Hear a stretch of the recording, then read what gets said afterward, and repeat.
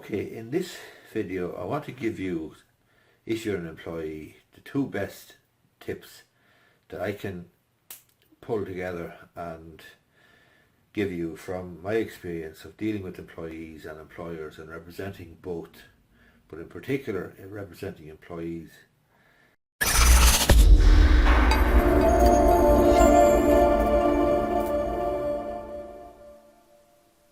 And there are two really crucial, critical tips that I would give you. Number one is, I hope you can see that there. Number one is to get 12 months service, 12 months continuous employment under your belt.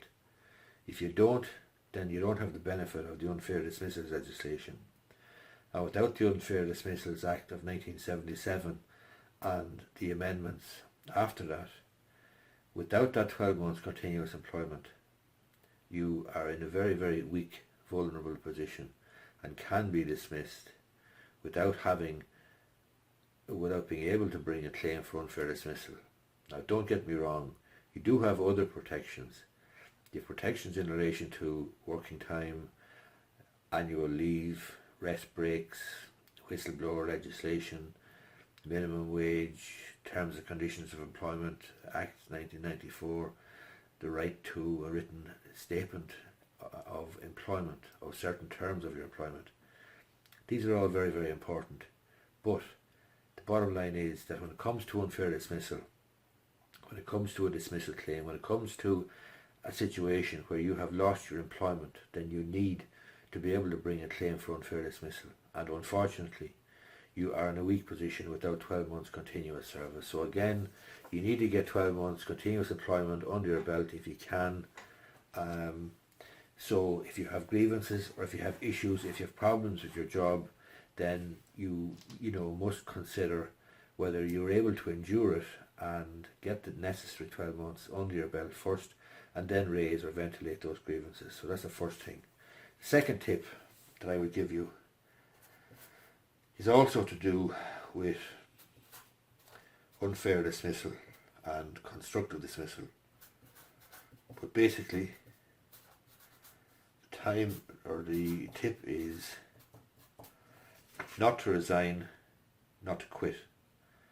And the reason for that is, if you do have 12 months service and you do feel things are untenable for you and you're finding them very difficult and you're tempted to resign, the problem with resigning is that the burden of proof is on you to prove that you had no option, absolutely no option, because of the conduct of the employer, but to resign.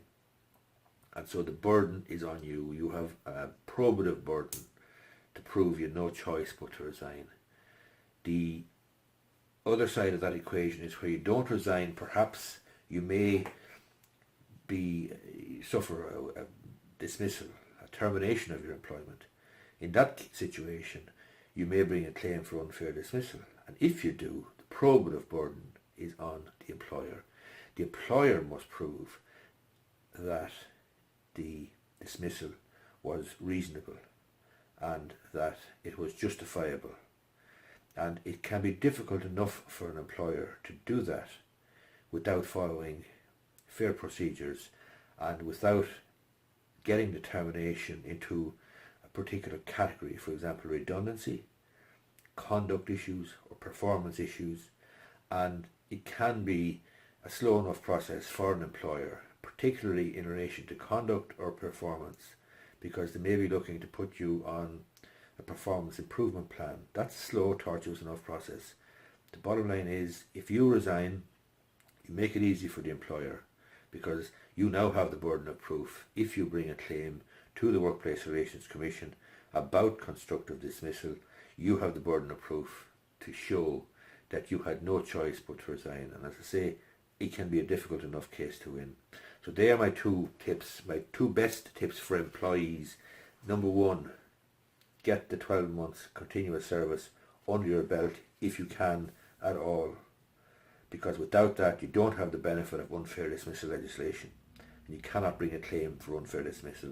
except in very limited circumstances. For example, if you were dismissed for trade union membership or something to do with pregnancy or maternity. There are very, very clearly defined exceptions to the 12-month service rule, but by and large you need 12 months to bring a claim for unfair dismissal. And number 2, don't quit, don't resign. Hang in there if you can at all, unless it's injurious to your health. But as I say, if you do resign, the burden of proof is on you. I hope you find this useful. If you do, you might give the video a thumbs up down below and subscribe to my YouTube channel. I'm Terry Gorry. I'm a solicitor in Enfield in County Meath. Thanks for